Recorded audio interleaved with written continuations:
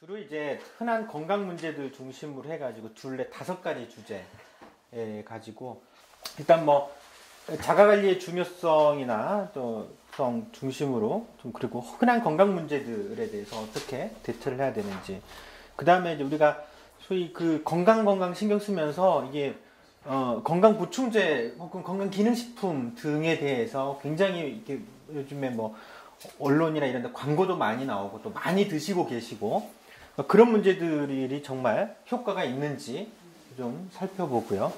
그러니까 이제 이거 먹으면 왠지 건강해질 것 같은 생각들을 많이 하고 계시거든요. 그래서 건강기능식품 혹은 건강보조식품에 대해서 설명을 해드리고 이 스트레스 문제들을 어떻게 우리가 해결을 했으면 좋겠지만 해결하기 좀 어려운 측면도 있고 그러는데요.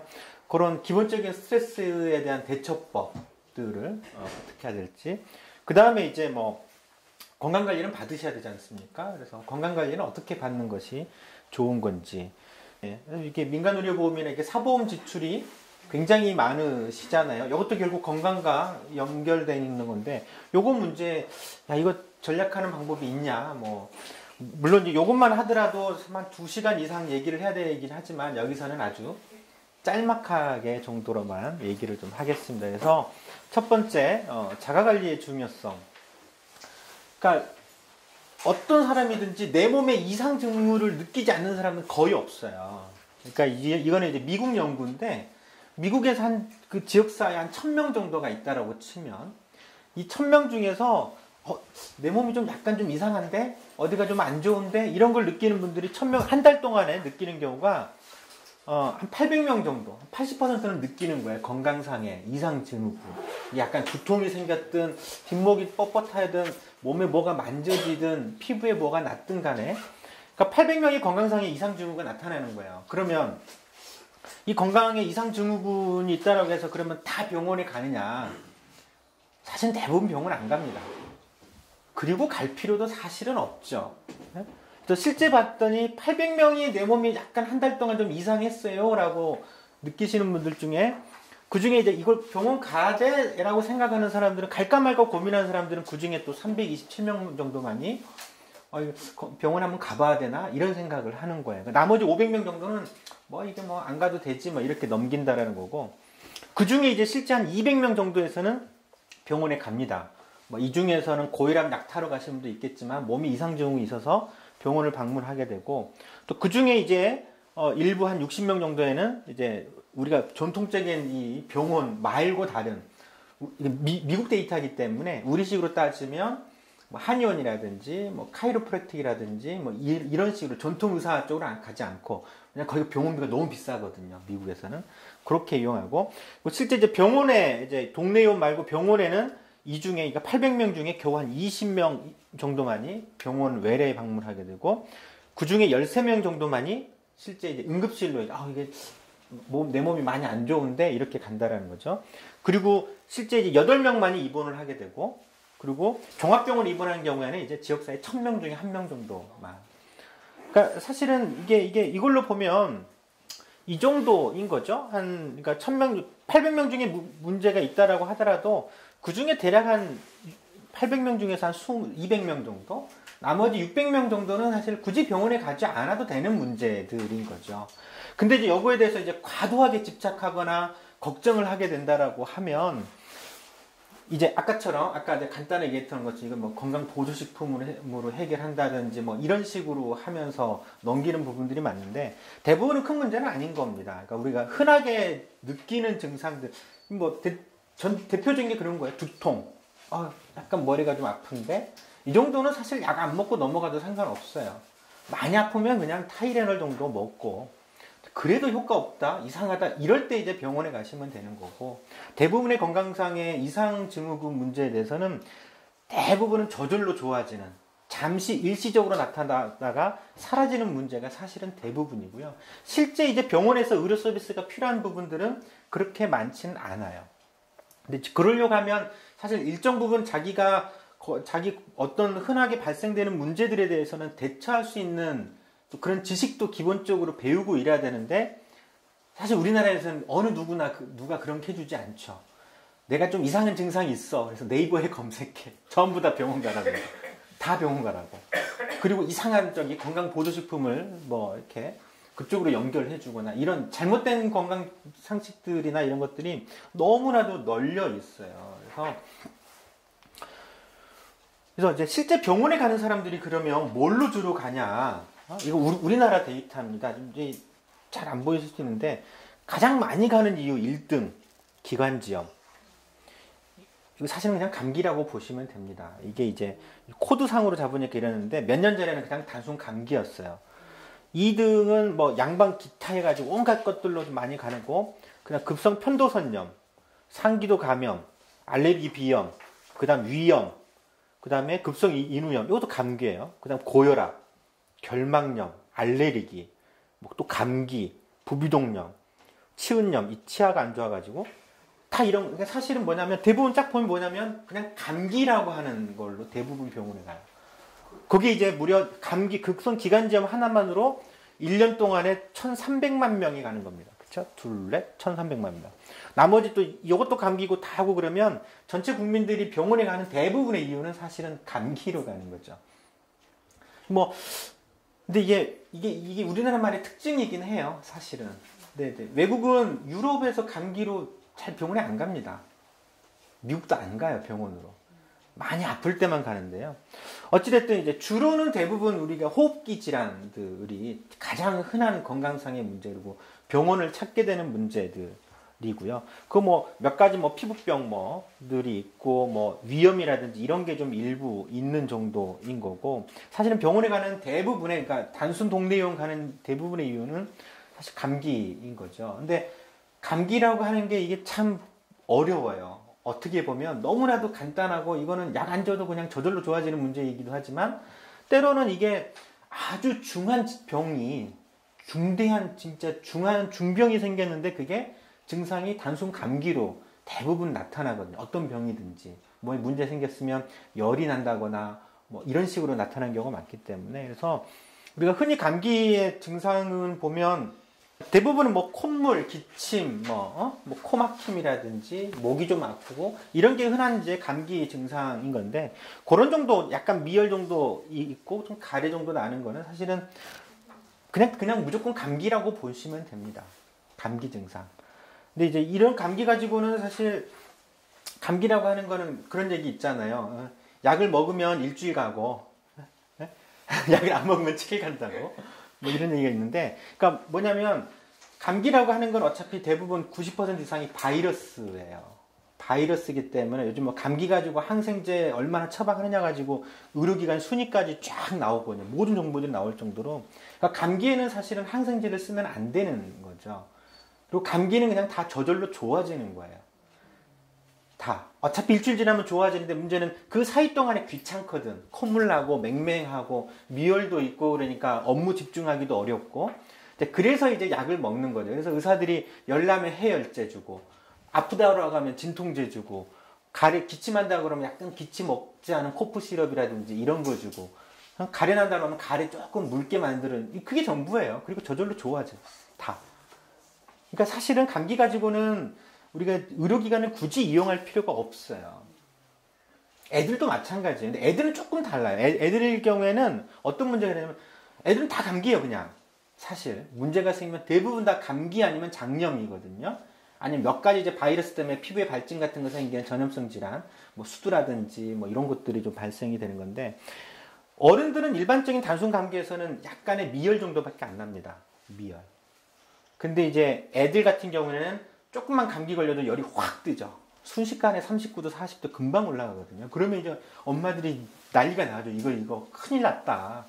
큰일 났다라고 생각을 하는데, 안심하셔도 됩니다, 사실은. 애들도 대부분 일단은 감기일 거야 먼저 생각을 하시고, 감기면 우리가 흔히 이제 상기도 감염인 거예요. 코 주변에서 증상 나니까 다 재채기, 콧물, 그 다음에 목이 좀 붓고 이런 증상이기 때문에, 그런 경우라고 하면 애들도 열이 많이 나면 힘들어 해요. 해열제 그냥 쓰시면 됩니다, 밤에. 이게 확실하게 감기다. 그런 증상이 동반돼 있으면, 이런 증상이 동반돼 있으면 무조건 그건 감기라고 보시면 돼요. 근데 이제 열이 나는데 이런 증상이 없이 열만 나. 이때는 이제 의사들도 이제 골치 아파지기 시작해. 이건 감기가 아닐 가능성이 크거든요. 감기라고 하면 코 증상이 나타나요. 코하고 목하고 재채기를 하든 기침을 하든 콧물이 나든 코막힘이든 나타나야 된다는 거지. 그게 나타나지 않고 열만 난다. 이건 좀 심각한 문제죠. 물론 이제 성인에서는 일반적으로 이 정도 증상만 있으면 아무 문제 안 돼. 그냥 감기. 그냥 뭐 해열제 정도 먹고 약국에서 그냥 종합감기약 정도 사 먹고 넘어가도 어차피 며칠 지나면 다 좋아지는데 근데 이제 이런 경우는 좀 신경 써야죠. 성인에서 열이 많이 나는 건 좀 이상한 거예요. 이런 증상이 있고 고열이 난다? 대부분 독감이에요.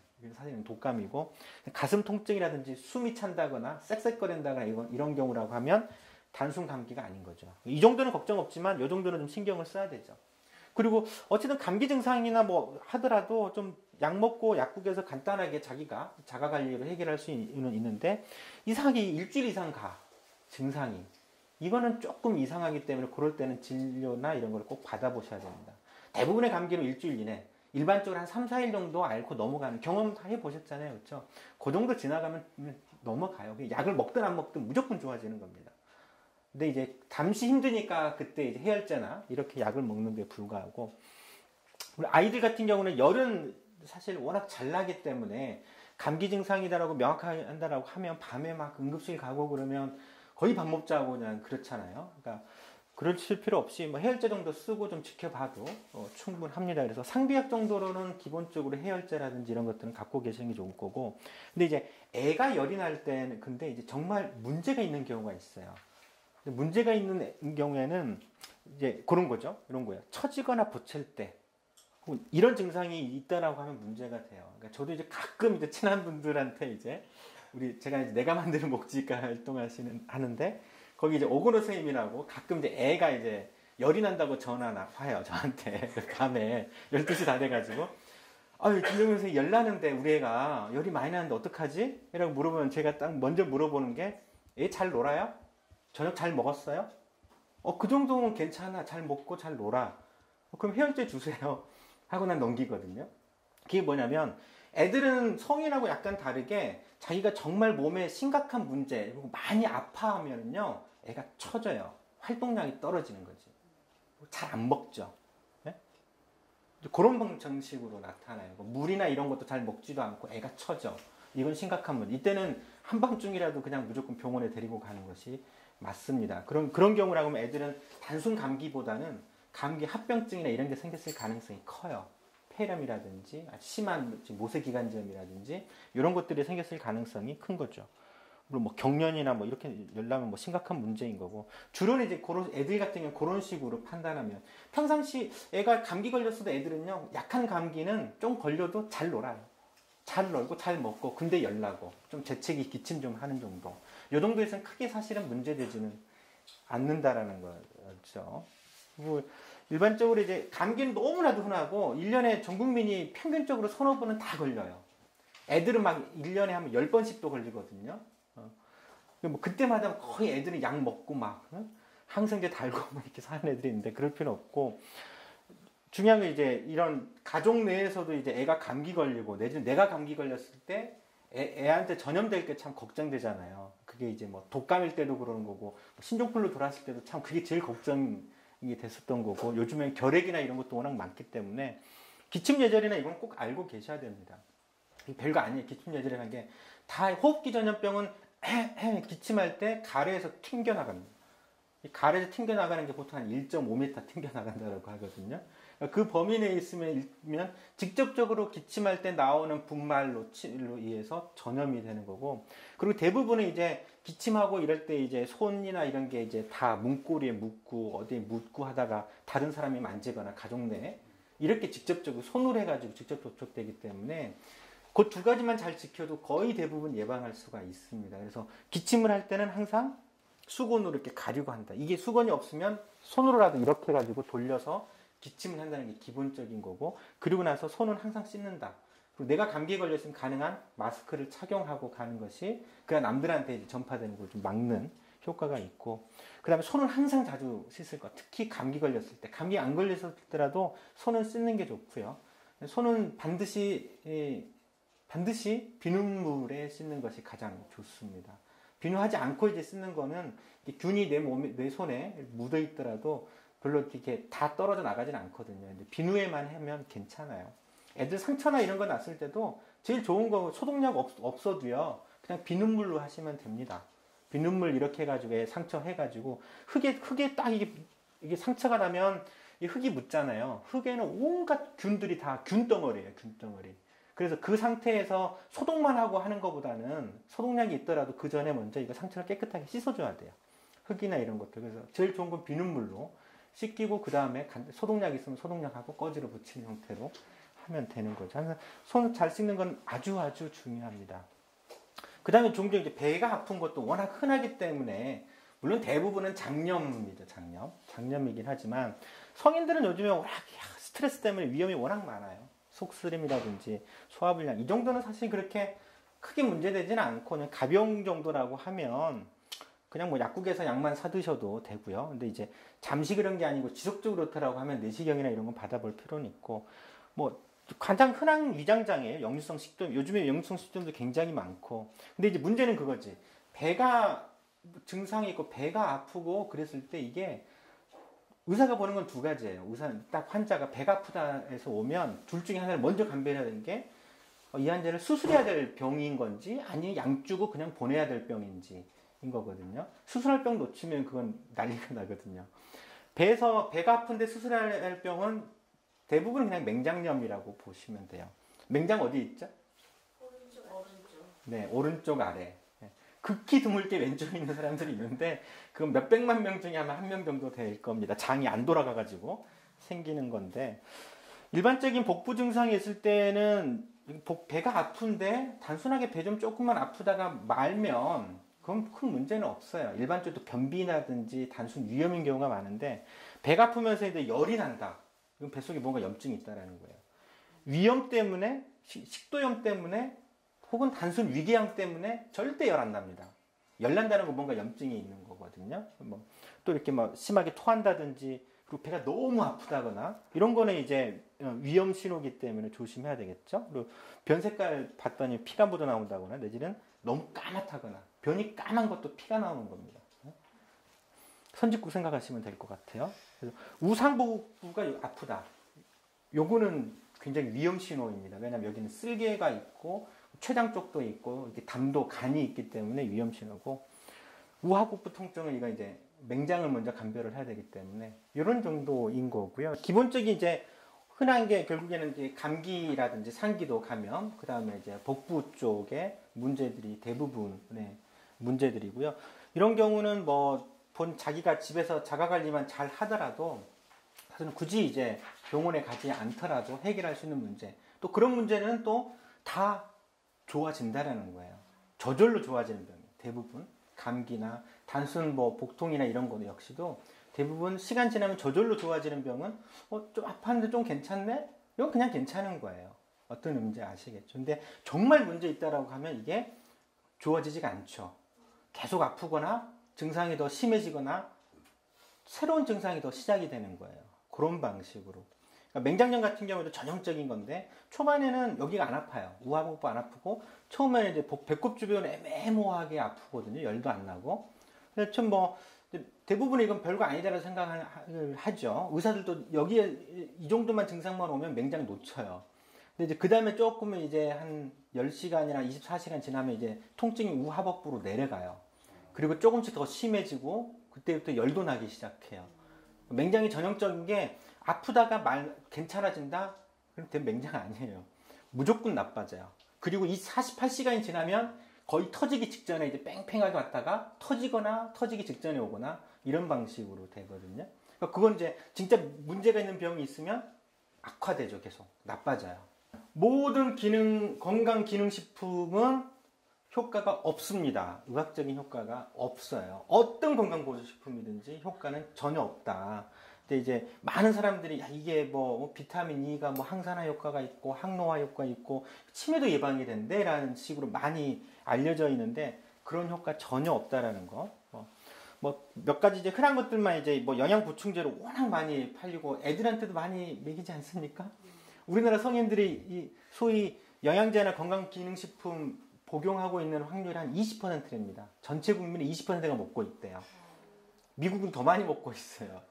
그러니까 이게 상당히 많이 먹을 텐데 그 사실 다 효과 없다. 대표적으로 뭐 종합 비타민, 뭐 항산화 효과 있다든지 항노화 효과 있다든지 뭐 하는 이제 양형 보충제 등등 수도 없이 많고 이거는 온갖 상품명으로 팔리고 저기 마트나 이런 데 가면 아예 그냥 큰 매장이 하나 있잖아요. 그 안에 전부 이제 건강 보조식품만 온갖 것들 다 판매하고 있는데 효과 없다.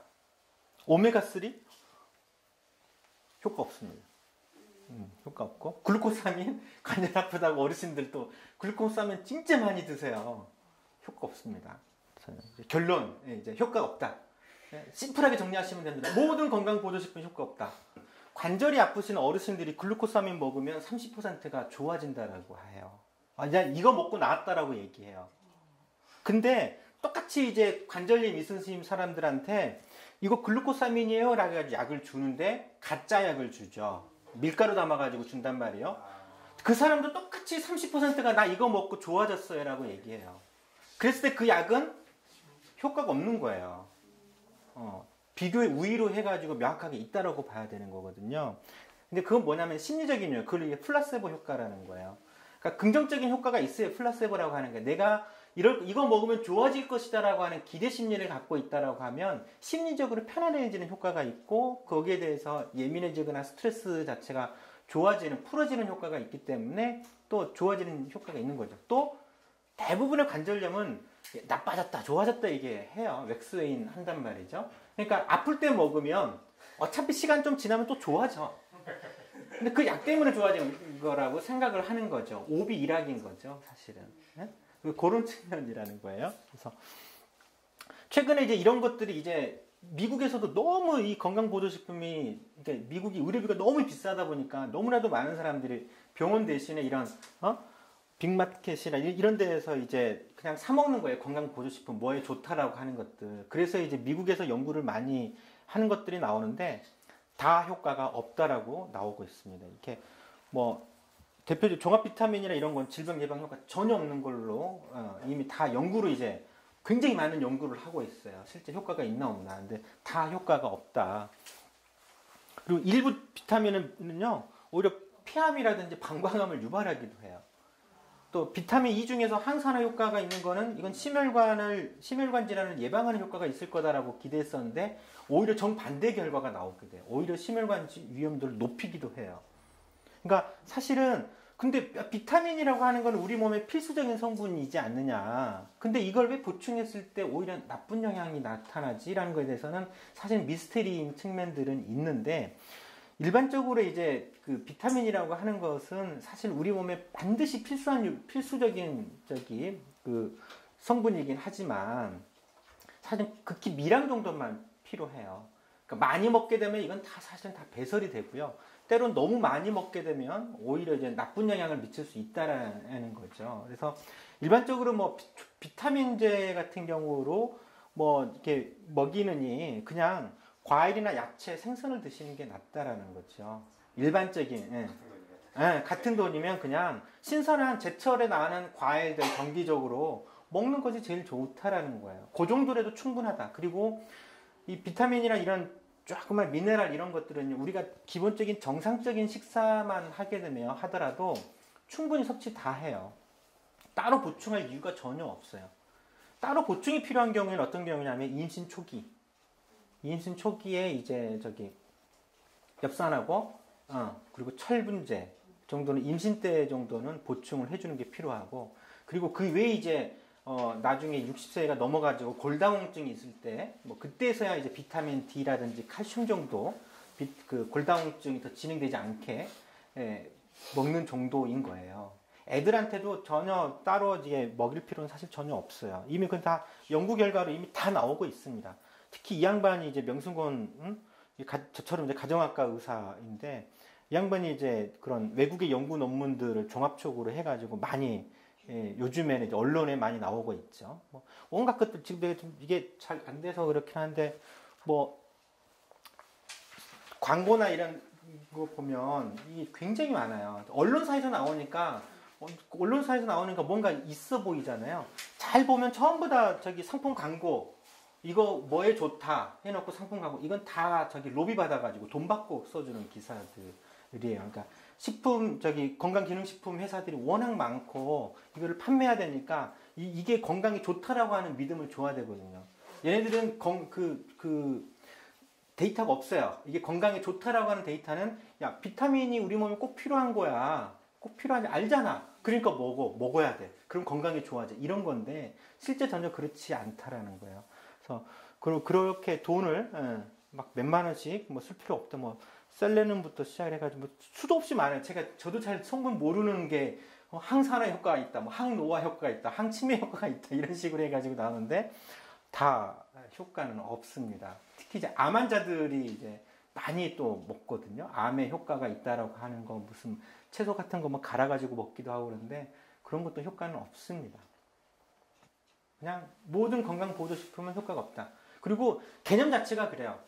그러니까 예를 들면 글루코사민이나 이런 것도 또 오메가3 이런 거 마치 딱 보면 의약품으로 팔아요. 알약으로 만들어서 판단 말이죠. 그러니까 다들 약이라고 생각해. 근데 그거 허가는요. 건강기능식품으로 허가받아요. 근데 건강기능식품 허가해주는 방식하고 의약품을 허가해주는 방식은 완전 달라요.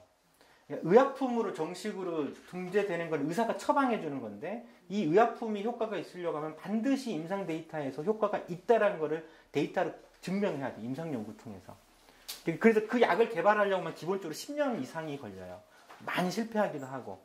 그때서야만 의약품으로 등재되는데 건강기능식품은 그 효과 데이터가 필요 없어요. 그냥 우리 몸에서 일반적으로 유용하다라고 하는 성분이 들어있으면 그냥 안전성 시험만 해요. 이게 특별하게 해롭지는 않다. 해롭지는 않다라는 거. 먹었더니 아무 이상 없더라. 그냥 몇 명 먹여보고. 그것만 해가지고 하면 그냥 건강기능식품으로 허가를 해주는 거예요. 근데 이제 그렇게 허가받아 놓고 팔 때는 마치 의약품인 것처럼 건강이나 어떤 질병 예방하는 효과가 있는 것처럼 파는 거죠. 홍삼은 연구 데이터까지는 찾아보지 못했는데 거의 그런 거 자체도 그 연구로 의학적인 방식으로 연구는 하지 않아요. 그렇기 때문에 아마 그러니까 이제 의학적으로 내가 볼 때는 이게 명확하게 효과가 있다라고 하는 근거가 있느냐가 중요한 거지. 근거 없이 그냥 남들이 이거 먹으면 좋아요라고 하는 걸 의사들은 절대 권하지 않습니다. 더더군다나 이제 대부분의 연구는 요즘에는 의학적인 연구 결과로 나와요. 효과가 없다고 나온단 말이죠. 효과가 없으면 당연히 이건 먹지 말라고 그래야 되는 거지. 비싼 돈 들이고 뭐하러 먹습니까? 그렇죠? 그럼 허위 선전이 많네요. 근데 홍삼은 아마 우리나라에서도 연구가 안 돼 있을 겁니다. 그래서 근거가 있다라고 하는 효과가 있다라고 하는 근거는 아직 없을 겁니다. 근데 그거 역시도 아마도 제 생각으로는 연구해보면 효과가 없는 걸로 나올 거라고 저는 생각을 합니다. 미국의 심혈관 학회에서는 오메가3를 보충제가 필요하다라고 권고까지 아직까지 이걸 바꾸지 않았는데 최근에서는 오메가3 자체가 효과가 없다라고 되어 있고요. 이때 이제 오메가3는 어떤 거냐면 건강 보조식품으로 나오는 오메가3가 있고 의약품으로 나오는 오메가3가 있습니다. 그러니까 건강기능식품으로 나와 있는 오메가3는 똑같이 이렇게 알약으로 실제 약처럼 나오는데 여긴 대부분의 이거는 어떤 거냐면 미국에서 그 유럽이나 이런 쪽에서 맛 더럽게 없어가지고 먹지 않는 생선들이 있어요. 근데 이게 등푸른 생선이야. 등푸른 생선을 짜가지고요. 혹은 물개 같은 거 잡아가지고 기름을 짜가지고 그대로 여기 담아가지고 파는 겁니다. 근데 거기에 이제 보통 오메가3 성분이 얼마가 들어있냐. 이게 전부 다 오메가3 아니에요. 보통은 한 20에서 30%만 오메가3, 그러니까 불포화 지방산이 들어있고 그럼 나머지 70%는 뭐냐. 포화지방산입니다. 포화지방산. 그냥 기름 짜가지고 담아가지고 파는 거예요. 포화지방산 오히려 건강에 안 좋잖아요. 그래서 오메가3 이거 건강기능식품으로 나온 오메가3 먹은 거는 사실은 그건 포화지방산인데 불순물로 좋은 성분이 일부 들어있는 거에 불과해요. 그러니까 이거는 절대 먹으면 안, 건강에 오히려 안 좋은 걸로 돼 있어요. 최근에는 이제 의약품으로 나와 있는 오메가3는 이거를 정제 과정을 거쳐요. 그래서 순도가 99.9%로 나와서 한 알에 1g씩 해서 왜냐면 미국에서 공고했던 게 하루 3g 이상을 섭취하라고 했는데 그러면 효과가 있을 거라고 얘기했는데요. 결국에는 효과가 없는 걸로 최근 연구에서 나와요. 그래서 오메가3도 의약품으로도 지금 그래서 사실상 거의 이제 의사들이 더 이상 처방하지 않아요. 효과가 없기 때문에. 효과 없는 걸 뭐하러 처방합니까? 약사들이 아니 이제 제약회사 직원들이 아무리 밥 사주고 이래도 의사들은요 아무리 그래도 효과 없는 약은 처방하지 않아요. 처음 알려져 있던 게 이제 그 에스키모인들 있죠. 이런 사람들이 보면 전부 다 비만이야. TV 종종 뭐 저기 북극 이렇게 해가지고 나오는 거기 원주민들, 에스키모인들이나 이렇게 보면 전부 다 뚱뚱해요. 뚱뚱한데 그 사람들은 절대 심장병이 안 걸리더라는 거예요. 똑같이 뚱뚱한 미국인들은 엄청나게 심장병을 해가지고 다 급사하고 죽는데, 근데 그 차이가 뭐냐? 아, 이 사람들이 거기에서 뭐 연어라든지 이런 등푸른 생선 위로 주로 고기 육식을 많이 섭취하는 거예요. 그래서 야, 그게 불포화 지방산을 많이 섭취한 거를 많이 먹어도 저 사람들이 심장병이 안 걸리는구나 이 생각하면서 먹으라고 했었던 건데, 실제 이거를 알약으로 해가지고 의약품으로 만들어서 연구를 해봤더니 효과가 없더라는 거야. 그러니까 이거 좀 의사들도 이거는 정확하게 이제 규명하기 어려운데 어쨌든 효과가 없는 건 없는 거다. 연구해서 없는 거는 없는 겁니다. 그래서 먹을 필요 없습니다, 사실. 그리고 이거 콜레스테롤 낮춰주는 것도 아닙니다. 중성지방 수치만 조금 낮춰주는 거고, 우리나라 성인 남성들 중성지방 높은 거는 제 경험으로는 거의 90% 이상은 술 때문에 올라가는 겁니다. 술만 안 먹으면 전혀 떨어져요. 술 먹으면서 이거 병이 먹어봐야 소용이 없는 거예요. 그렇다는 거. 그래서 심플하게 모든 건강기능식품은 의학적인 효능이 없다. 어떤 질병을 예방하는 효과도 없다. 이것 때문에 치매가 예방되는 것도 아니고 피부가 좋아지는 것도 아니고 전혀 없다라고 생각을 하시면 되겠습니다.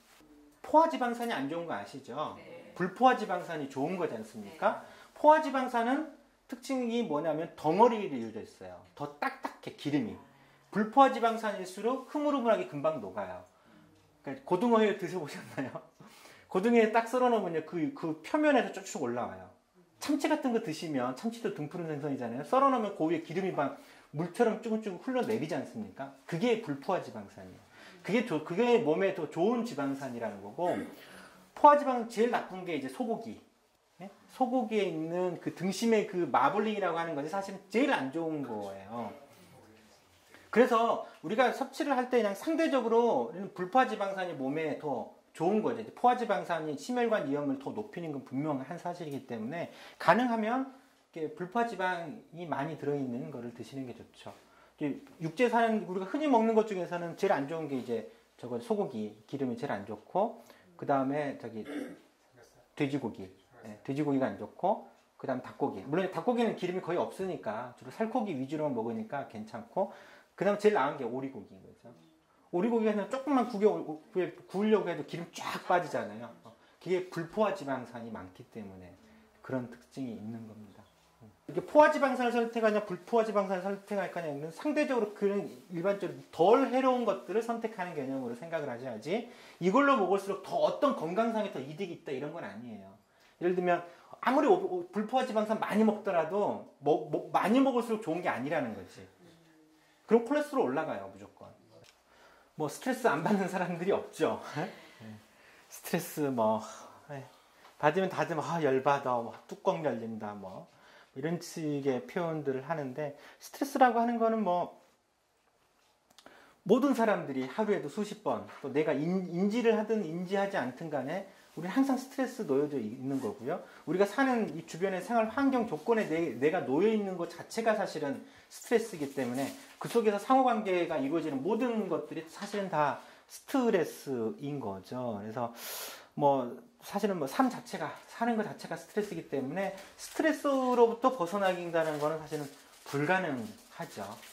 근데 이제 스트레스라고 하는 게 모든 게 나쁜 거냐? 꼭 그렇지는 않아요. 부정적인 스트레스도 있지만 긍정적인 스트레스나 이런 것들이 있는 거죠. 어떤 스트레스는 자극이 좀 돼야지 나도 움직이고 그러잖아요.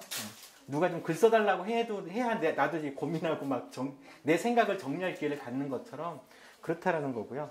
근데 이제 일반적으로 근데 이제 현대인에서는 이 스트레스가 잘 해소가 되면 이게 내 몸에 문제를 유발하지 않는데 대부분 다 해소가 잘 안 되는 게 문제인 거예요. 그래서 대체적으로 스트레스, 이렇게 병원에서도 딱 오면 온갖 증상을 얘기하시는 분들이 있어요. 딱 보면, 최근에 무슨 일 있었어요? 이렇게 얘기해보면, 시어머니하고 싸웠다는 둥, 남편이 싸웠다는 둥, 사업했는데 돈을 사기당했다는 둥, 대부분 이런 것들이거든요. 그러니까 스트레스는 크게 보면 이렇게 심리 반응, 신체 반응, 행동 반응으로 다 나타나요. 심리 반응 불안하고 초조하고 가슴 두근두근거리고 깜짝깜짝 잘 놀래고 어디 일 집중도 안 되고 불면증에 시달리고 머리도 아프고 온몸도 아프고 등등 소화도 안 되고 어지럽고 이런 등 신체 반응이 다 생기죠. 그 다음에 이제 그것 때문에 어떤 다른 행동 반응으로 이제 안 피우는 담배를 태우기도 하고 술도 많이 먹기도 하고 뭐 신경질적인 반응도 나타나고 이런 게 복잡하게 나타나면 이건 다 스트레스예요. 그러니까 이제 보통은 예를 들어서 머리만 아프다, 머리만 아파. 그리고 다른 데는 안 아파요? 어떨 때 아파요? 이렇게 물어보면 그건 대부분 단순 두통. 근데 스트레스 때문에 두통이 있는 경우에는 머리도 아프고요. 아, 저녁에 잠도 잘 못 자겠고요. 뭐 가슴도 좀 답답하고요. 소화도 안 돼요. 이런 건 스트레스 때문에 생기는 두통인 경우가 대부분이에요. 그러니까 여러 머리 끝부터 발끝까지 신체 증상이든 심리 증상이든 다 복합적으로 나타나. 한 가지 병으로 설명이 안 돼요. 그런 경우는 다 스트레스. 왜냐하면 전신에 다 작용을 하기 때문에 그러는 거죠. 근데 이제 이런 스트레스는 이걸 어떻게 그러면 이게 대처해야 되느냐. 스트레스에 대응하는 방법은, 스트레스를 해소하는 방법은 딱 세 가지밖에 없습니다. 세 가지. 아주 심플한 건데, 스트레스 문제 자체를 해결하는 방법. 좀 스트레스 자체가 없어지는 거지 않습니까? 근데 이거를 해결할 수 있으면 해결할 수 있는 게 정답이겠죠? 두 번째. 스트레스를 내가 가능하면, 세 번째는 이제 스트레스 자체를 아예 나한테 와 쏙 피해가는 방법. 그래, 딴 데로 가. 내가 스트레스 안 받겠죠? 그 다음에 어쩔 수 없이 내가 받으면 이거에 대해서 내 몸에 스트레스 반응이 일어날 건데, 이거를 좀 부정적인 방향으로 흘러가지 않고, 내 몸이 또 쌓이지 않고, 긍정적으로 해결하게 하는 방법으로는 내 생각을 바꾸는 겁니다. 예를 들어서, 지금 이제, 어떤 방법이든지 스트레스를 해소한다는 방법에서는 세 가지 방법이 유용해요. 근데 대표적으로 근데 이제 스트레스가 뭐냐에 따라서 어떤 방법이 가장 유용하냐는 좀 다른데, 예를 들면 우리 올 초에 세월호가 터졌단 말이에요. 4월 16일 날 전 국민들이 스트레스를 엄청나게 받았잖아요. 이거 가지고도 자기 잠 못 자고 막 이렇게 호소하시는 분들 꽤 많이 병원에 왔었어요. 제일 좋은 방법은 뭐예요? 스트레스 근원 자체를 해결하는 거죠. 그렇죠? 또다시 이런 세월호 문제가 나타나지 않도록 하는 것. 그리고 세월호의 근본적인 원인들 다 해결되는 것. 그래서 이 국가 시스템이 더 이상 세월호 같은 문제를 낳지 않게 하는 방법들이 사실은 그건 이제 근본적으로 스트레스 원인이 되는 해결되는 방법이죠. 제일 좋은 방법이죠, 사실은. 근데 이게 쉽지가 않죠. 쉽지가 않아요. 그래서 많은 사람들이 최근에는 그래서 세월호 문제에 대해 언급하는 걸 많이 워낙 이거 하면 힘드니까 회피하죠. 나오면 이제 TV를 안 봐. 신문에서 세월호 문제가 있으면 안 보려고 그래. 보면 눈물 나고 열받고 막 이런단 말이죠. 그게 이제 스트레스를 회피하는 방법이죠. 뭐 우리나라 정말 이런다 뭐 바뀌겠어. 이게 차라리 이민이나 가자. 이민 가는 것도 이제 스트레스를 피하는 방법이죠. 우리나라 국가를 피하는 방법. 능력 있으면 그것도 괜찮은 방법이죠. 제일 좋은 방법은 국가를 바꿔야 되는 문제인 거고. 그리고 이제 두 번째, 세월호와 관련된 문제라고 하면 거기다 내 생각을 바꾸는 거예요, 그냥. 이건 뭐냐면, 야, 세월호 그런다고 해서 우리나라가 바뀌어? 어차피 또 그럴 거야. 뭐 어떠겠어? 예전에 배가 한두 번 뭐 가라앉아 봤어? 한두 명 죽었어? 산풍부터 시작을 해서 우리는 어쩔 수 없는 거야. 이런 식으로 자기 합리화 시키면서 넘어가는 거죠. 그러니까 거기에 저항하고 분노하고 이런 방식들이 아니라 그냥 내가 내 생각을 아예 바꿔버리는 거지. 안 되니까. 이런 것도 이제 그 스트레스로 해소할 수 있는 방법이죠. 그래서 다른 여러 가지 얘들이 다 가능해요. 우리 시어머니가 스트레스야. 시어머니. 제일 좋은 방법. 스트레스를 해결하는 방법. 시어머니를 바꾼다? 안 되겠죠, 근데. 혹은 그러니까 시어머니가 성격이 갑자기 착한 사람이 됐어. 갑자기 나한테 잘해줘. 그러면 좋겠지만 쉽지는 않죠. 되게 좋은 방법이죠. 그 다음에 스트레스를 아예 회피하는 방법. 그냥 나가 사는 방법이 독립해서 이런 것도 방법인 거죠. 이게 해결이 안 된다라고 하면 세 번째는 이제 거기에 대한 내 생각을 바꿔가서 이제 적응하면서 이제 사는 방법이죠. 그냥 시어머니 뭐 그래도 살 날 몇 년 안 남았는데 뭐 조금만 버티다 보면 뭐 돌아가시겠지 생각하면서 기다리고 이런 방법인 거예요. 그러니까 각각의 상황에 따라서 스트레스 해결하는 방법은 가장 좋은 방법들이 그때그때 달라요. 어떨 때는 이 방법이 좋은 방법일 때가 있고 어떤 상황에서는 이 방법이 좋은 방법이 있고 어떨 때는 이 방법이 좋을 때가 있죠. 근데 일반적으로 이제 우리가 이 생활을 하면서 발생되는 대부분의 스트레스의 문제는 사실은 제일 좋은 방법은 둘째 방법입니다. 사회적 관계 속에서 벌어지는 이것 자체가 바뀌기는 사실은 쉽지는 않아요. 사실은 쉽지는 않은 거고 제일 좋은 방법은 스트레스에 대한 내 생각을 바꾸는 것이 일반적으로 그냥 가장 이렇게 공고하는 방법이기는 해요. 어쨌든 스트레스는 받는 걸 내가 피하기도 어려워.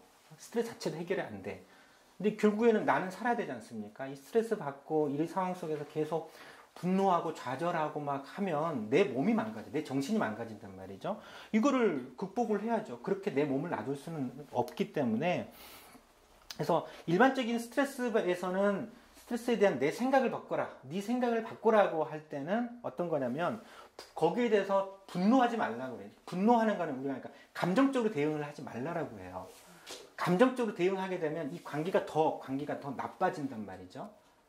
예를 들면 직장에서 이제 윗사람이 나한테 이제 황당한 일 시키고 막 이렇게 괴롭히는데, 그리고 직장이 위계 질서가 명확한데 거기에서 막 대들고 싸우고 했다가는 오히려 감정적으로 대응했다가 나만 문제, 오히려 더 피해 보거든요. 이상한 사람이 되고 그런 문제가 되기 때문에 감정적으로 대응하는 것보다는 이성적으로 대응을 하라고 하는 것이 해답이에요. 그래서 감정을 가능한 억누르고 인간 자체는 동물하고 다른 게 이성적인 사고방식이 있어요.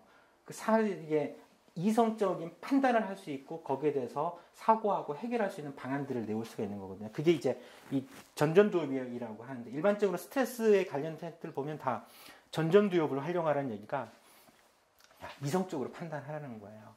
미국에서는 파티를 많이 하잖아요.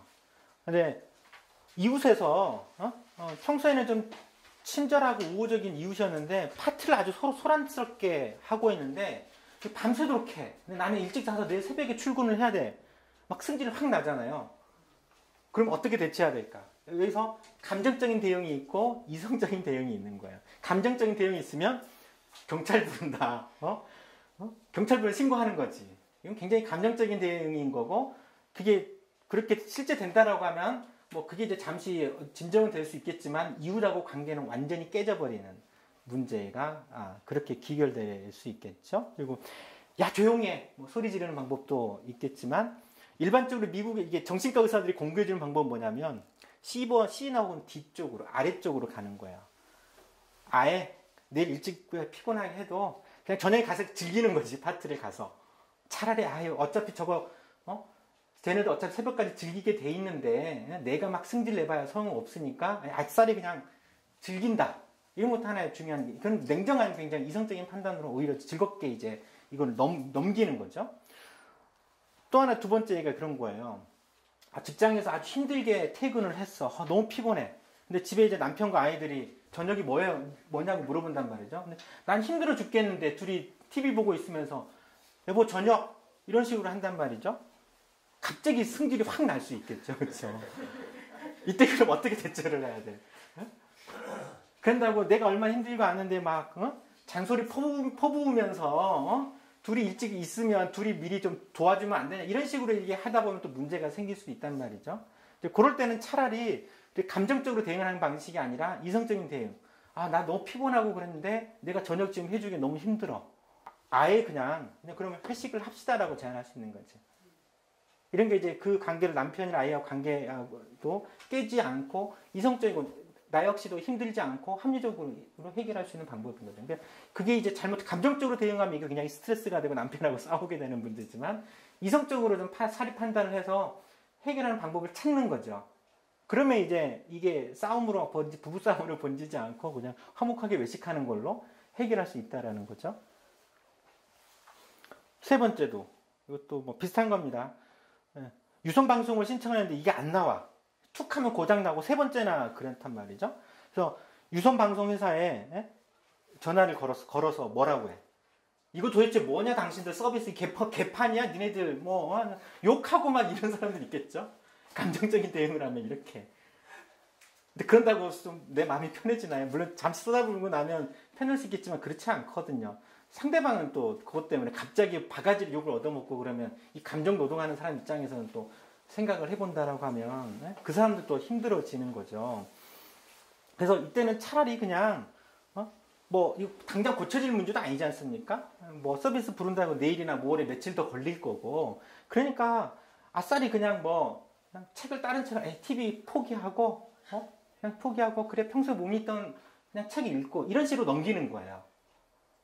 스트레스에 대한 내 생각을 바꾼다라고 하는 의미가 일반적으로 통용되는 때는 이런 의미예요. 그래서 감정적인 대응하지 마시고 이성적인 대응을 해라. 그래서 합리적인 그 상황에서 해결할 수 있는 방법은 항상 있는 거지. 그렇게 되면 그게 스트레스로 남지 않고 그냥 이제 별 문제 없이 해결이 되는 거라는 거죠. 이게 이제 일반적인 이제 스트레스에 대한 해소할 때 공부해주는 방식인 거죠. 근데 사실은 쉽지는 않죠. 당장 막 우급부근에 승진하는데 쏟아붓고 남편이든 누구에게든 감정적인 대응하고 막 경우 많은데 그런 과정으로 하다 보면 이게 사실은 우리 관계 자체가 또 꼬이게 되는 거예요. 실제 이게 문제를 해결하지 않고 이게 또 다른 어떤 문제로 유발이 돼서 해결하는 방식이 아니라 관계 자체를 오히려 악화시키고 꼬이게 만드는 측면들이 있기 때문에 잘 생각을 해서 판단하시면 됩니다. 그래서 스트레스 해소법은 항상 세 가지가 있다. 스트레스 자체를 바꾸거나 세월을 생각하시면 됩니다. 스트레스 자체를 회피하거나 신문 여행을 안 보고 혹은 이민 가거나 이런 방법도 있고 스트레스에 대한 어쩔 수 없이 나한테 온다라고 하면 스트레스에 대한 내 생각을 바꾸는 거. 근데 이 세월호에서는 내 생각을 바꾸는 좋은 방법이 아니죠. 세월에 대해서는 국가를 바꿔야지. 이거 아니면 계속 이게 반복될 거니까. 근데 많은 사람들은 지금은 사실은 자기 생각을 바꾸는 거예요. 수긍을 하고 그냥 어떻게 불쌍하고 그냥 걔들만 불쌍하지 이런 식으로 너무 또 이런 그러니까 이게 계속 반복되는 거죠. 이런 문제. 그러니까 각각의 상황에 따라서 스트레스 해결법은 좀 다르긴 한데 이건 워낙 국가적인 큰 문제고 세월호는. 하지만 이제 우리가 일상생활에서 발생되는 스트레스의 상당 부분은 거의 대부분의 정답은 스트레스에 대한 내 생각을 내 반응을 바꾸는 거다라고 생각을 하시면 될 것 같아요. 그래서 자기 주변에서 이렇게 할 수 있는 것들을 많이 좀 생각을 해보시고 그렇게 하세요. 그래서 뭐 돈을 뜯겼다. 이때 이제 열받지만 이게 합리적으로 판단해야죠. 다시 이걸 받아낼 수 있느냐, 못 받아내냐. 못 받아낸다고 판단하면 그것 때문에 계속 억울해하고 막 할 필요가 없지 않습니까? 그냥 쿨하게 그냥 넘기려고 노력하다 보면 바로는 안 되지만 넘어가게 돼 있어요. 어쩔 수 없죠, 뭐. 나라도 뭐 재수 온 붙었다 생각하시고 그냥 앞으로 열심히 하면 잘 살면 되죠. 다시는 이렇게 사기 안 당하겠다 생각하시면서 그렇게 하시라는 거죠. 이 이제 스트레스에 대한 일반적인 방법입니다. 그리고 이제 그런 이제 크든 작은 여러 가지 스트레스를 조금 좀 줄일 수 있는 좀 해소법들이 있어요. 이거는 이제 스트레스 근원을 해결하는 문제는 아니지만 일반적으로 가장 좋은 게 운동이에요. 운동 해보시면 아시겠지만 뭐 1시간 정도 땀을 쫙 빼면 이상 기분이 상쾌해지잖아요. 기분 전환 효과가 아주 좋아요. 그래서 우울증 약 먹는 거하고 운동하고는 거의 효과가 같은 걸로 되어 있어요. 그래서 가벼운 우울증이나 이런 거는 사실은 약을 처방하는 것보다도 이렇게 이제 레코멘드 하는 거죠. 운동을 좀 하시라. 바람 좀 쐬고 좀 땀을 좀 빼는 운동을 한번 해보시라. 그럼 기분도 전환되고 그럴 거다. 기분 전환이 되면 이제 그 스트레스를 바라보던 시각이 좀 달라지죠. 그전에는 막 감정적으로만 했던 것에 대해서 조금 거리를 둘 수가 있거든요. 그래서 조금 더 합리적으로 해결할 수 있는 방식이 생겨요. 그 다음에 이제 스트레스 받고 이런다라고 해가지고 인간관계를 다 차단하고 혼자 고립되는 방식은 좋은 방법이 아니다. 오히려 그거는 이제 병을 더 악화시킬 수 있는 방법이 있기 때문에 그런 일이 있어도 갑자기 사라지는 사람들 있지 않습니까? 무슨 일이 있으면 인간관계에서 그런 건 좋은 방법이에요. 잠수하는 방법. 좋은 방법이 아니고 그 인간관계를 계속 유지하는 속에서 자기 고민들을 나누고 얼마나 큰 도움이 경제적인 도움은 안 될 수 있지만 심리적인 위안이나 이런 게 그래도 관계를 유지하고 있다는 게 사실 요즘은 굉장히 큰 사회적 자산이거든요. 그러니까 그러라는 거고 또 이제 이완 반응도 굉장히 효과가 좋아요. 그래서 요가라든지 이런 것들이 굉장히 이제 마음을 긴장되어 있는 스트레스 받으면 몸이 긴장되거든요. 긴장되는 거를 좀 풀어주고 이런 것들이 좀 필요한 거고 충분한 수면 취하라는 거 시간 관리해서 자기 계획적인 생활을 하라는 거고 또 좀 인생관 자체를 긍정적으로 하라는 거죠. 그런 등등. 그 다음에 이제 스트레스 받는다고 술, 담배 더 하는 거. 이거는 오히려 더 안 좋은 걸로 되어 있습니다. 그래서 이건 절대 스트레스나 이런 것들을 더 악화시키는 거지 스트레스를 해결하는데 해소하는데 도움은 전혀 안 되는 걸로 되어 있습니다. 건강검진이야 다들 잘 받으시죠? 그래서 우리 이제 건강검진 보통 2년에 40세 이상부터 2년에 한 번씩 나오는데 병원 가면 하는 것도 없고 친절하지도 않고 그냥 피 빼고 엑스레이 찍고 키 재고 혈압 재고 그냥 내시경 할 때는 내시경 하고 그냥 온단 말이죠. 마치 이걸 나를 위해서 한 거야, 병원을 위해서 한 거야, 의심이 들 때가 있긴 있지만 사실은 이 건강검진은 굉장히 중요합니다. 이게 지금 이제 일반 건강검진, 암검진, 뭐 특정 연령대에서는 생애전환기 건강검진이라 해가지고 굉장히 잘 돼 있어요. 아주 좋아요.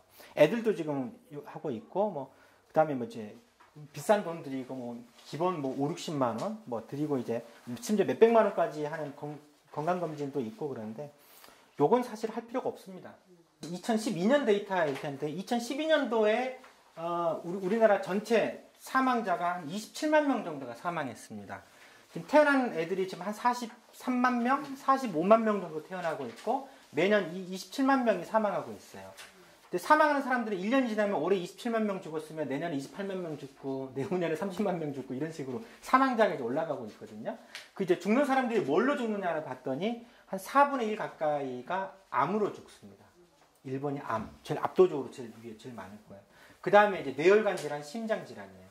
중풍이라든지 심장병이나 심부전이나 이런 걸로 사망하는데 건강검진으로 이런 주된 사망의 원인, 주로 건강에 가장 큰 영향을 미치는 원인들이 대부분 커버가 되는 거예요. 암은 암검진 받지 않습니까? 그렇죠? 암검진이 이게 물론 5대암이긴 하지만 그것도 굉장히 의미가 큽니다. 그 다음에 이제 심혈관 질환이라든지 이런 거는 결국에는 다 고혈압, 당뇨, 비만 이런 것들이 문제가 되거든요. 근데 그런 것들을 전부 다 사실 일반 건강검진으로 다 잡아내요. 뭐 그냥 간단하게 뭐 키 재고 몸무게 재고 뭐 혈압 좀 재고 피 검사하고 뭐 별거 아닐 것 같은데 여기서 우리가 흔하게 잡아낼 수 있는 거 다 잡아냅니다. 고혈압 잡아내죠. 고지혈증, 당뇨병, 콩팥질환, 심장질환, 뭐 결핵과 같은 폐질환 해가지고 중요한 건 다 잡아내요. 60세 때는 우울증하고 치매 검진까지도 해주거든요. 그러니까 실질적으로 보면 이게 피 한 번 뽑는 게 이제 별거 아닌 것 같은데 중요한 병을 다 잡아낸다. 거의 다 잡아낼 수 있다니까. 만성병으로, 만성질환으로 문제가 되는 것들은 사실 다 잡아냅니다. 근데 이제 사실 건강검진 받고 나면 의무적으로 이게 당신 이 결과가 이렇게 나왔어요라고 설명을 해줘야 되거든요. 병원에서. 근데 그 설명을 안 해주니까 문제인 거지. 딱 봐도 뭔 말인지 몰라요, 이게. 해석하기가 너무 어렵게 돼 있어.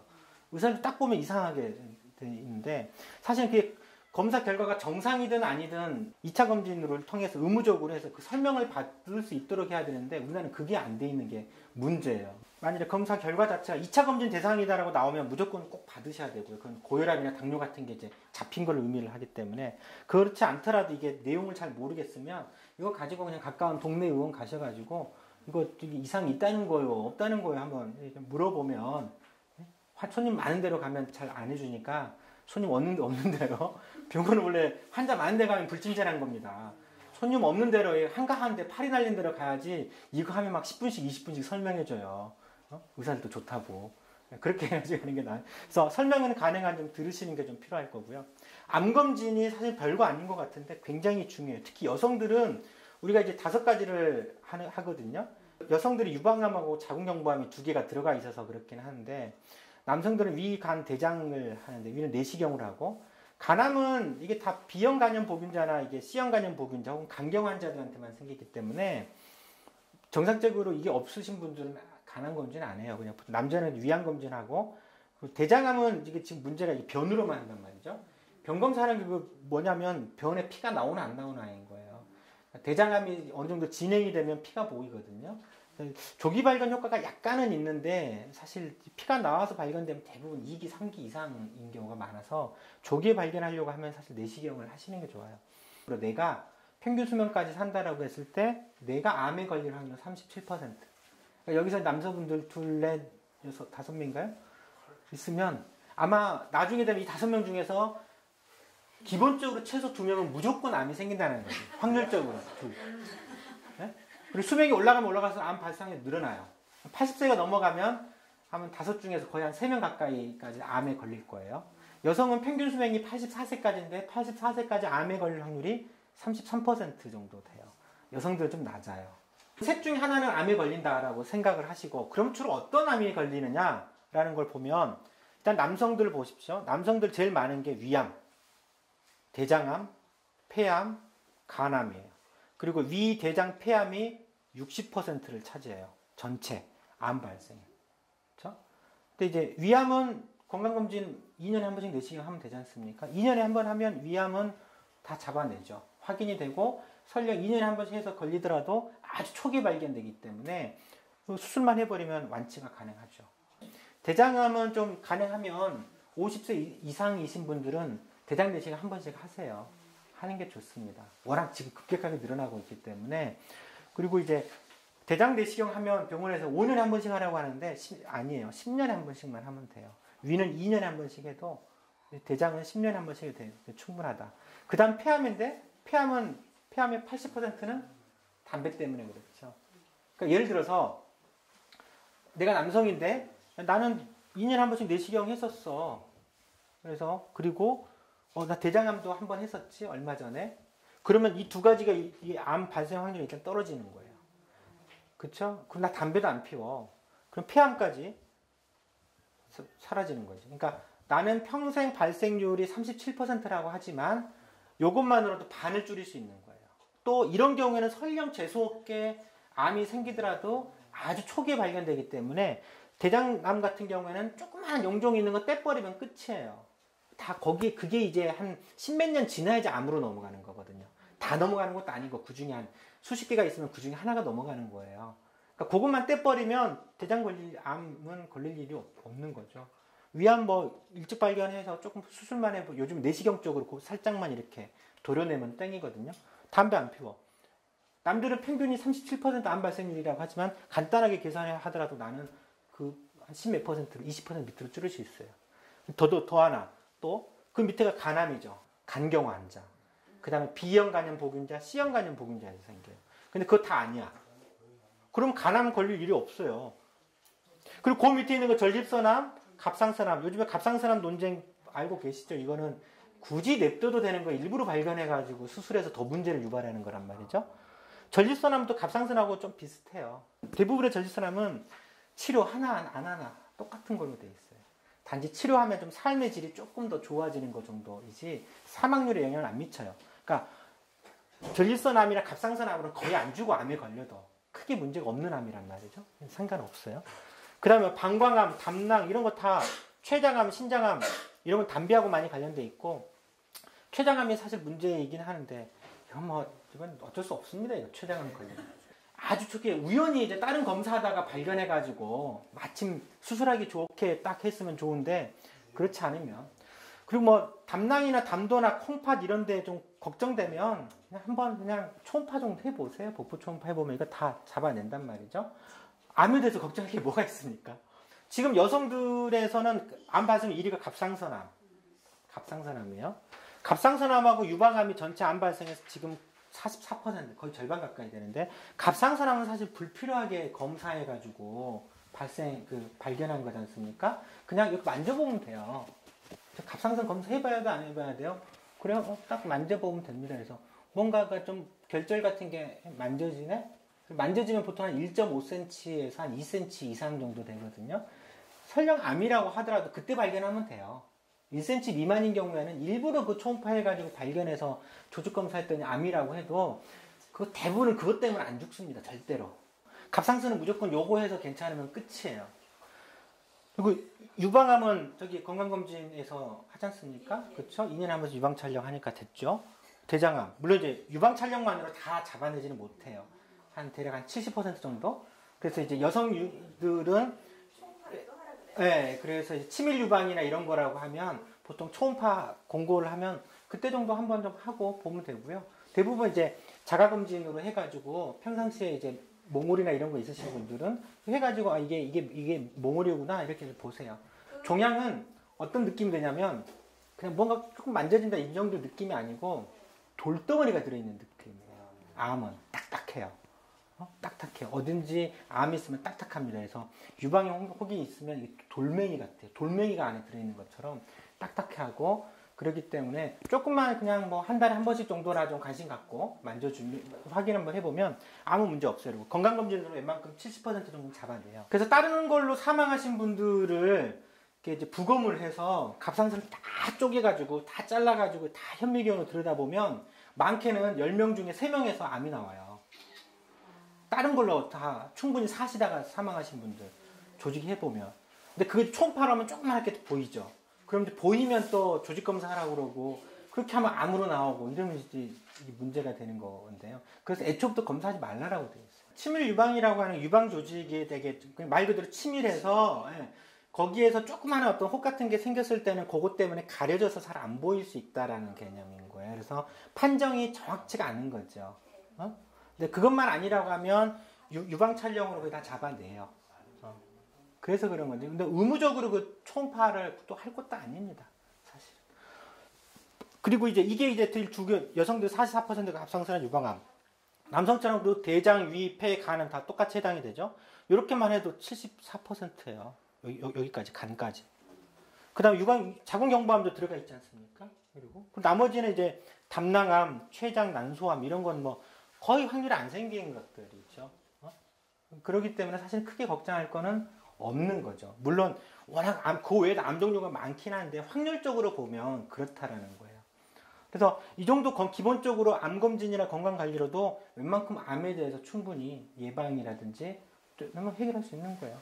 굳이 비싼 돈 주고 암보험 가입해가지고 그랬을 필요가 사실은 없는 거죠. 그 돈은 그냥 저축하시고. 건강검진을 해야 되는 이유는 어떤 병이든지 초기에는 증상이 없습니다. 내가 고혈압이 있는지 없는지 어떻게 할까요? 뒷목이 땡기면 고혈압? 아니거든요. 재봐야 합니다. 재봐야지 혈압이 높은지 아닌지. 170, 180 이렇게 고혈압 있어도요, 난 뭐 두통도 없고 멀쩡한 경우 많아요. 두통이 정말 고혈압 때문에 생긴 두통이라면 그건 치명적인 거, 굉장히 큰 위험 사인이에요.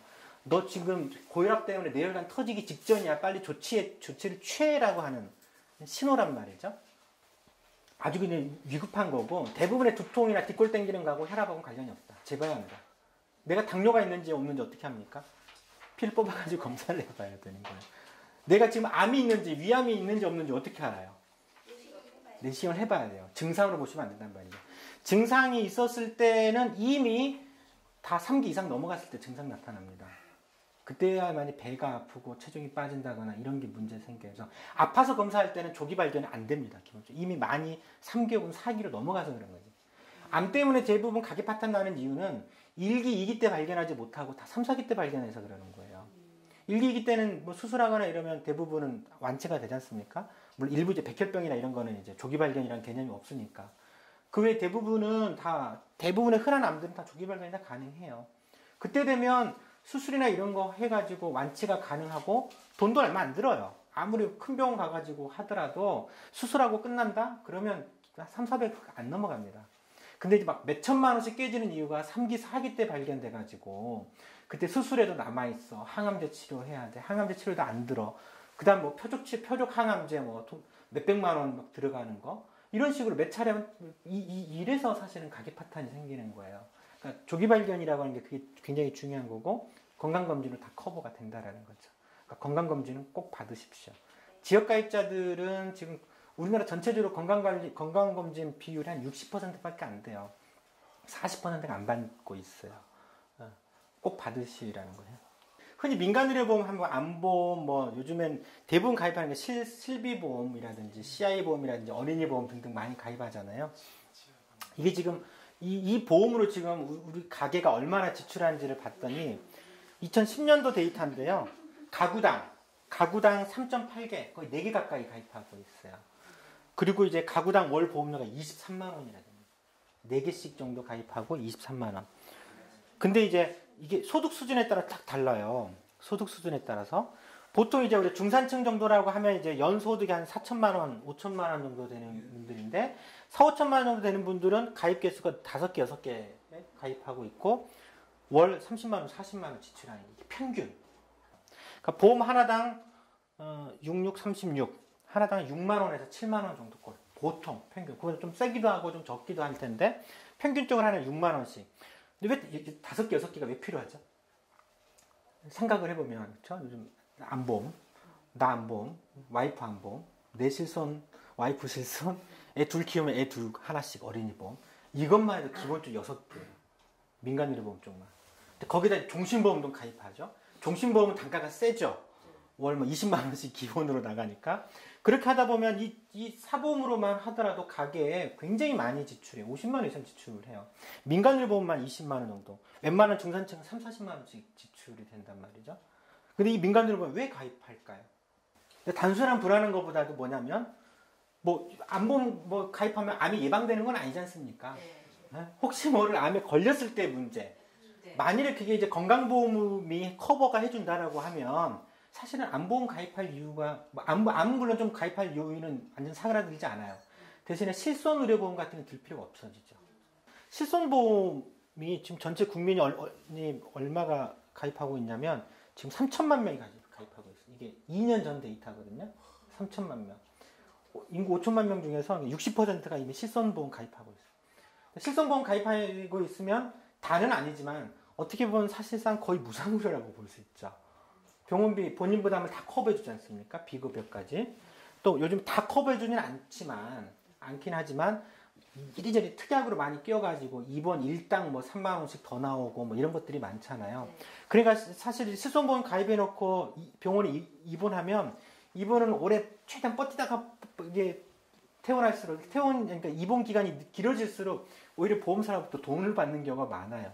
또 이게 겹치기로 막 2개, 3개씩 가입하고 있으신 분들이 있기 때문에 입원 일당 3만 원, 3개 가입하시면 하루에 9만 원씩 나오는 거야. 하루씩 더 버틸 때마다. 그러니까 저도 이제 경험적으로 이 보험 많이 가입하신 분들은 감기 가지고 입원을 해가지고요. 온갖 검사 다 해달라고 그러고 퇴원 안 하려고 그래. 최대한 일주일 이상 버텨 막. 이리저리 핑계대면서 여기도 아파요, 저기도 아파요 이런 식으로 하면서.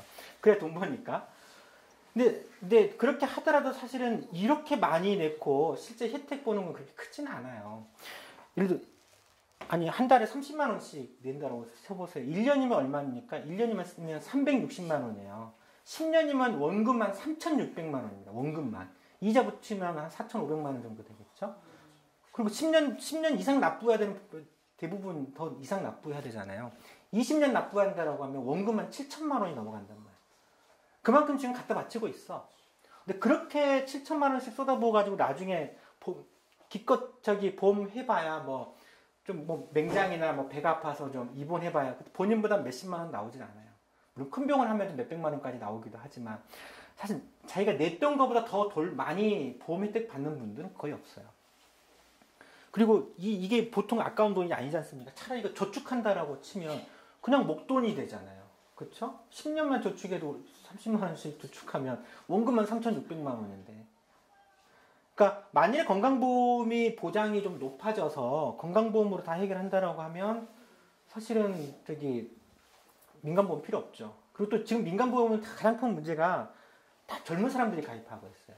그러니까 민간보험 가입한 연령대를 보면 이건 이제 돈 액수 기준으로 어느 연령에서 많이 지출하고 있느냐.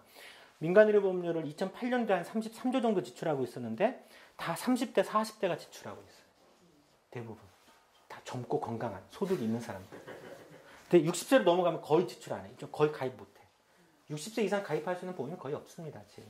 보험사가 아예 팔지도 않아요. 상품성도 없고 연세 많으신 분들은 갑자기 뭐가 나올지도 몰라. 멀쩡하게 건강하다가도 갑자기 어디 아파서 가면 갑자기 암이 나오거나 멀쩡하시는 분이 갑자기 쓰러진다거나 이런 경우가 많기 때문에 보험사도 그 리스크가 좀 적지는 않아서 팔지도 않고 또 어르신들이 지금 소득이 없어요. 우리나라 노인 빈곤율이 무려 48%지 않습니까? 그러니까 구매할 능력도 안 돼. 그래서 사실은 거의 안 팔고 젊고 소득 있는 사람들 또 병 있는 사람들도 가입도 안 시켜주잖아요. 근데 어느 사람들만 해주는데 실제 의료비 지출하는 걸 보면은요, 의료비 건강보험 데이터입니다. 건강보험공단에서 연령대별로 딱 조사를 해보면 월 평균 1인당 한 8만 5천 원씩 우리나라 국민들이 진료비를 써요. 병원비를. 30대, 40대 보십시오. 평균보다 훨씬 낮죠. 월 4만 원, 5만 원 정도밖에 안 써. 10대가 가장 적게 씁니다. 애들은 병치레가 많으니까 좀 더 써. 그러다 보세요.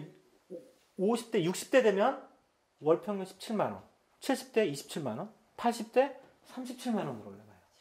30대, 40대 4만 원, 5만 원 쓰던 것이 27만 원, 37만 원. 5배, 10배 가까이 올라가거든요. 그러니까 뭐냐면 이 병이라고 하는 거는요. 사실 다 나이 먹어서 생기는 겁니다. 만성장 암이라든지 암 발생률 그래프도 이렇게 올라가요. 젊은 사람들이 주변에 있긴 있지만 그런 사람들은 거의 없어요. 극히 드물지. 대부분은 나이 많은 사람들이 걸려요. 풍으로 쓰러지는 거, 뇌졸중, 심장병으로 쓰러지는 거, 다 치매, 다 나이 많아서 생기는 거거든요. 근데 민간의료보험은 다 젊은 사람들이 엄청나게 쏟아붓고 있어. 근데 정작 이 사람들은 젊고 건강해서 병원비를 안 쓴단 말이죠. 민간보험 오직 나만 혜택을 볼 수 있어요. 또 실비보험의 특성상 이게 실비보험은 내가 100세까지 혜택 보려고 한다 그러면 100세까지 보험료를 내야 돼. 그러니까 실비보험이 갱신할 때마다 보험료가 팍팍팍 뛰지 않습니까? 이 원리 때문에 그러는 거예요.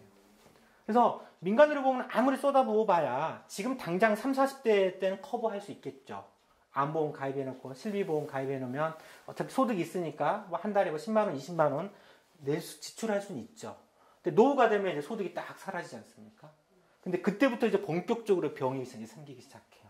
이게 커버가 안 되는 거지.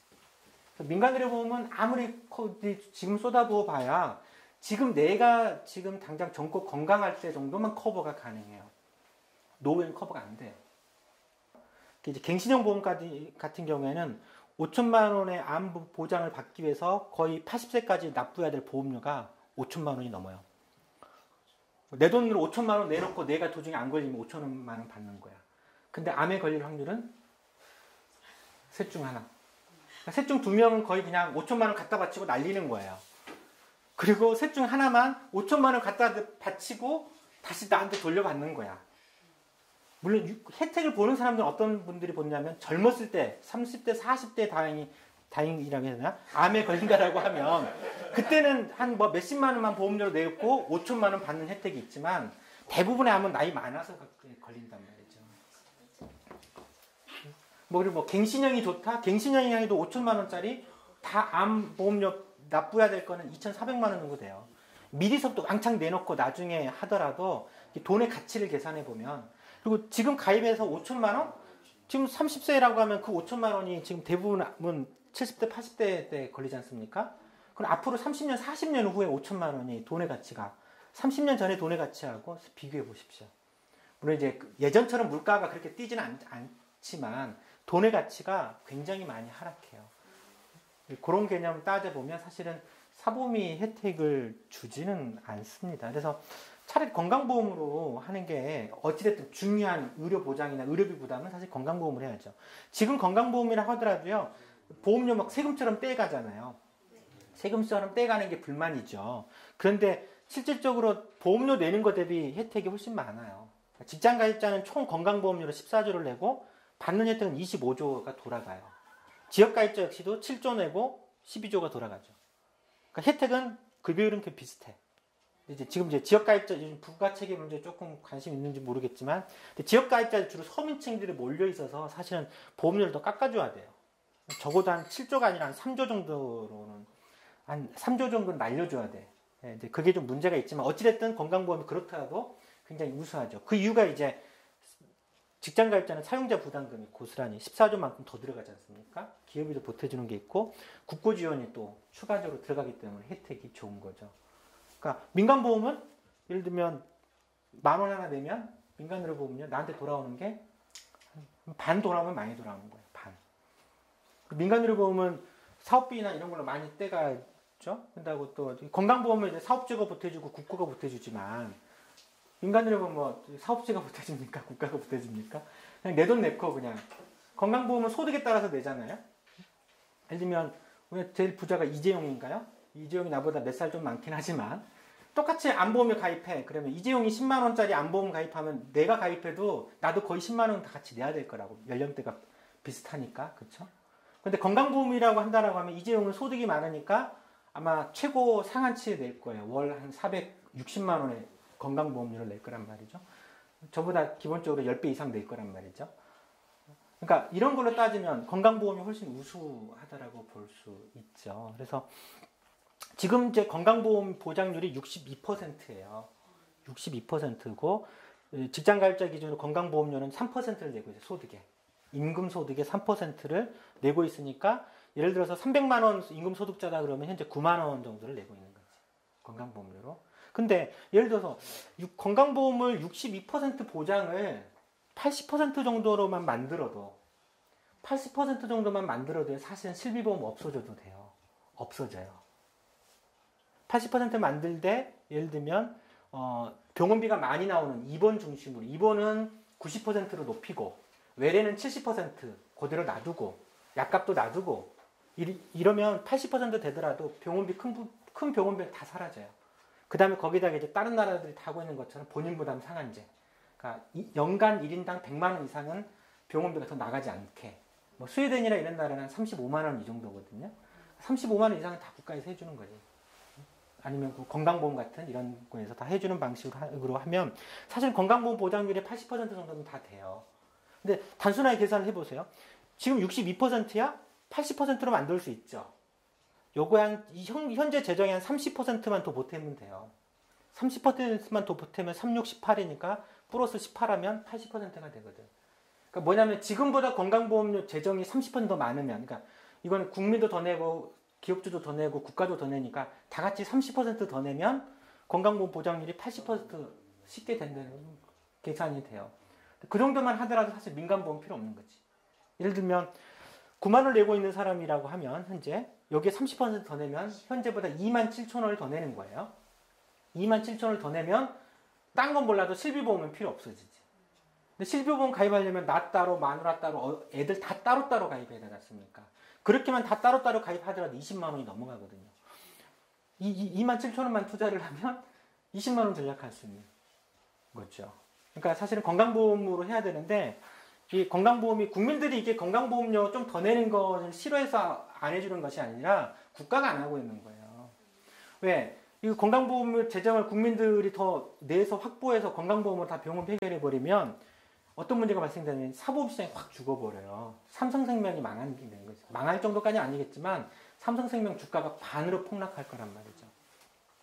이건희가 지금 자기 주식 배당, 주식이 워낙 많이 갖고 있으니까 주식 배당을 1년에 한 1,600억 정도 하거든요. 주식 배당만.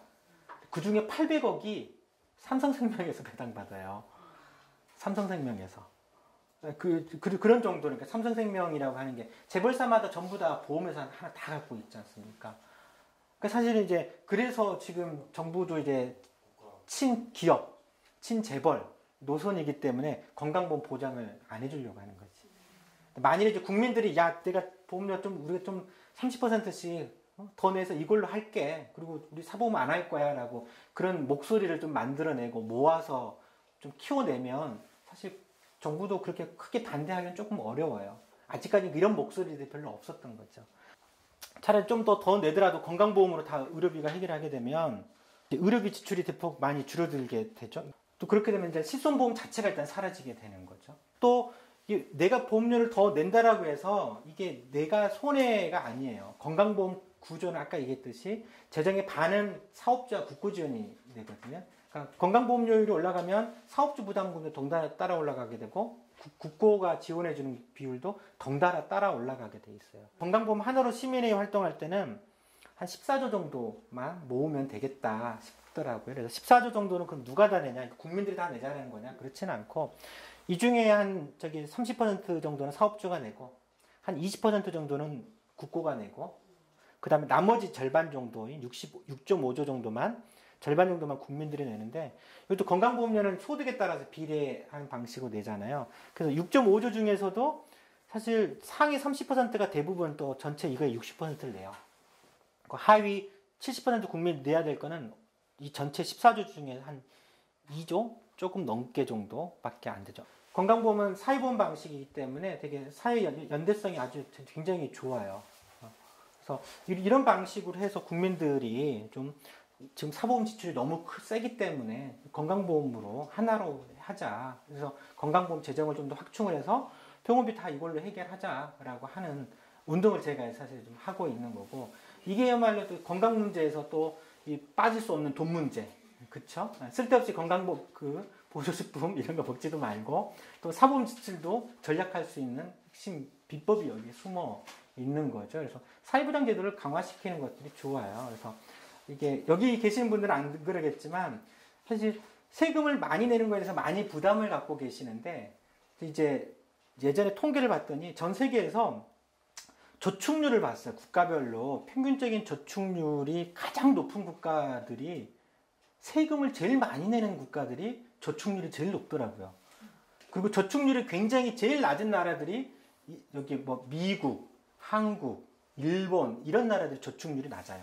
세금 비중이 낮은 나라들이야. 그러니까 세금을 적게 내면 내가 뭔가 나한테 쓸 수 있는 여유 자금이 더 많을 거라고 생각하지만 그렇지 않아요. 그러면 이제 세금을 적게 내면 국가의 복지 시스템 자체가 취약해지고 보장이 낮고 그러면 내가 직접 지출해야 되는 것들이 많아지는 거죠. 그러니까 사교육비 엄청나게 들어가죠. 병원비 엄청나게 들어가게 되는 거죠. 또 집값으로 얼마나 많이 들어가고 있습니까? 유럽이나 이런 거는 주택이나 이런 것도 다 임대주택으로 임대주택이 조그마한 10평짜리 이런 게 아니잖아요. 유럽 쪽은 굉장히 널찍널찍한 임대주택이 되게 잘 돼 있거든요. 그렇게 우리 인간으로서 생활해야 될 기본적인 측면들은 다 이제 사회가 공동으로 해결하고 그 비용을 이제 세금으로 내는 방식으로 해결하는 게 나은 거죠. 세금으로 해결하는 거는 결국에는 소득에 따라서 내는 거니까 또 기업도 또 세금을 내잖아요. 그러니까 이런 방식으로 이제 내는 거죠. 그러니까 조세나 건강보험이나 이런 재원들은 다 국민들이 내는 게 아니고 소득에 비례해 낼 뿐만 아니라 또 기업도 내주고 국고도 내주고 또 법인세라든지 이런 방식으로 모든 세금이 이루어져 있지 않습니까? 근데 이제 직접 사보험이든 아니 내가 직접 내는 병원비든 이런 것들은 누가 보태주는 거 없잖아요. 이재용이나 나랑 똑같이 사보험 가입할 때 돈 똑같이 내야 되고 병원 가더라도 병원비 똑같이 걔가 400만 원 나서 나도 400만 원 내야 되는 거지. 부당하지 않습니까? 그러니까 건강보험으로 해결하게 되면 달라지는 거죠. 의료 민영화라고 하는 게 다른 게 아니고 그런 거죠. 이제 이렇게 우리 헌법 보면 이 보건의료는 사회보장으로 돼 있어요. 헌법 정신에 사회보장을 증진할 의무가 있다라고 돼 있어요. 그리고 관련 법이 다 그렇게 되는데 국가는 지금 사회보장을 강화시키려고 하는 것이 아니라 이거를 오히려 이제 민영화시키는 방식으로 해결하는 거죠. 그러니까 시장으로 떠넘기는 방식으로 하는 거죠. 시장으로 떠넘긴다라고 하면 결국에는 거기서는 이제 시장의 논리, 결국 돈의 논리고 기업의 논리지 않습니까? 이런 식으로 해결을 하라는 거죠. 그래야지 거기서 이제 시장의 참여자들이 이제 돈을 버는 거지. 의료기관도 돈 벌고 삼성전자나 이런 데도 장비 팔아서 돈 벌고 이런 식으로 하라는 거예요. 민간보험사도 더 시장이 더 팽창하니까 거기서 돈 벌라는 거지. 그러니까 국민들의 건강을 대상으로 해서 돈을 벌려고 하는 것이 사실 의료 민영화인 거고 의료의 어떤 공적인 특성, 사회보장대로 특성을 강화시켜야 되는 거죠. 그러니까 건강보험을 강화시켜야 되는 거죠.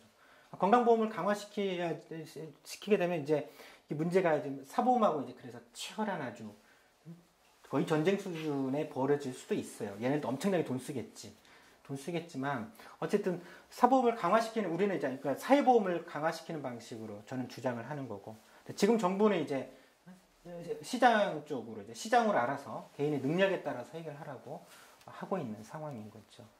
미국이 4인 가족의 민간 의료 보험료가 얼마인지 아셔요? 대략 얼마 정도 될까요? 1번 4인 가족 기준 연간 보험료 1번 500만 원, 2번 1000만 원, 3번 1500만 원, 4번 2000만 원. 4번. 땡. 3번입니다. 4번일 것 같았죠? 1500만 원. 그러니까 미국 돈 15,000달러예요. 4인 가족으로. 근데 그것도 어르신들 65세 이상은 미국은 그래서 공보험을 해결해 주잖아요. 어르신들 빼고 젊은 부부 아이들만 하는데도 15,000달러 정도가 되거든요. 근데 그게 이제 그렇더라도 기업인 경우에는 취직한 경우에는 좋은 기업에 취직하면 그거의 한 3분의 2 정도는 기업이 대줘요. 나머지 이제 한 3분의 1만 되면 되지만 제일 큰 문제가 자영업자들. 이런 사람들은 이제 자기가 그 돈을 다 내야 되는 거죠. 그러니까 우리나라 교민들도 이제 뭐 아프면 우리나라 와가지고 돌아와가지고 수술 받거나 뭐 출산하고 다시 돌아가지 않습니까? 그게 더 저렴해요. 비행기 값 100몇만 원씩 가더라도 그게 더 저렴하다는 거죠. 미국 같은 경우만 보더라도 의료 민영화가 되면 깝깝하죠. 그리고 미국은 전 세계를 패권 국가잖아요. 그러니까 이제 돈이 있고 그러니까 또 소득도 좀 높고 그러니까 버티는 거지. 우리나라 수준 지금도 힘들어 죽겠는데 이거보다 더 많이 의료비 지출하고 하라고 하면 거기 중산층 자체가 거의 남아나죠. 보험을 들고 있는데 굳이 안 들어도 될 걸 들고 있다는 생각이 들어서 좀 생각 좀 해보려고요.